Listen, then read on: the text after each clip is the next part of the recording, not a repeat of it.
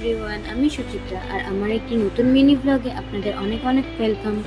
আজকে একটা healthy breakfast বানাবো যার নাম হলো মুগ ডালের চিলা। আর এটি বানাতে বেশি কিছু লাগে না আর খুব সহজেই তৈরি হয়ে যায় আর খেতেও দারুণ লাগে। তো তার জন্য লাগবে মুগ ডাল, ক্যাপসিকাম, গাজর, দুটো কাঁচা লঙ্কা, 1 চামচ মতো জিরে, নুন আর হলুদ। তো আমি আগের দিন রাত্রে মুগ ডালটাকে ভিজিয়ে রেখেছিলাম।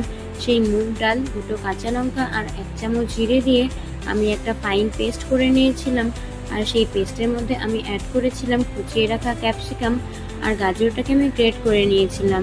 যেহেতু ওটা একটু সেদ্ধ হতে সময় লাগে তাই গ্রেট করা গাজরটাই দিয়েছিলাম। আর সাথে দিয়েছিলাম স্বাদ মতো নুন আর হলুদ, আর একটু জলও অ্যাড করেছিলাম। আমার ব্যাটারটা একটু ঘন হয়ে গিয়েছিল তাই জল অ্যাড করেছিলাম একটু পাতলা পাতলা করার জন্য। আর তারপরে এটাতে বেশি তেল লাগে না, আমি একবারই তেল ব্রাশ করে নিয়েছিলাম।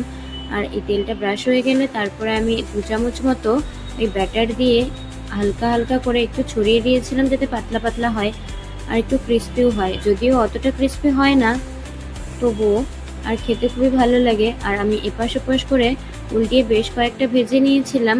দেখুন কি সুন্দর হয়েছে। অনেক সময় অনেকটা গোল হতে চায় না, কিন্তু ওই হাতার সাহায্যে একটু একটু করে ভালো করে আপনারা শেপটা দিয়ে নেবেন। আর খেতেও ভালো হয়েছিল। আর আমার ভিডিওগুলো ভালো লেগে থাকলে লাইক, কমেন্ট, শেয়ার আর ফলো করে আমার পাশে থাকবেন। Bye bye.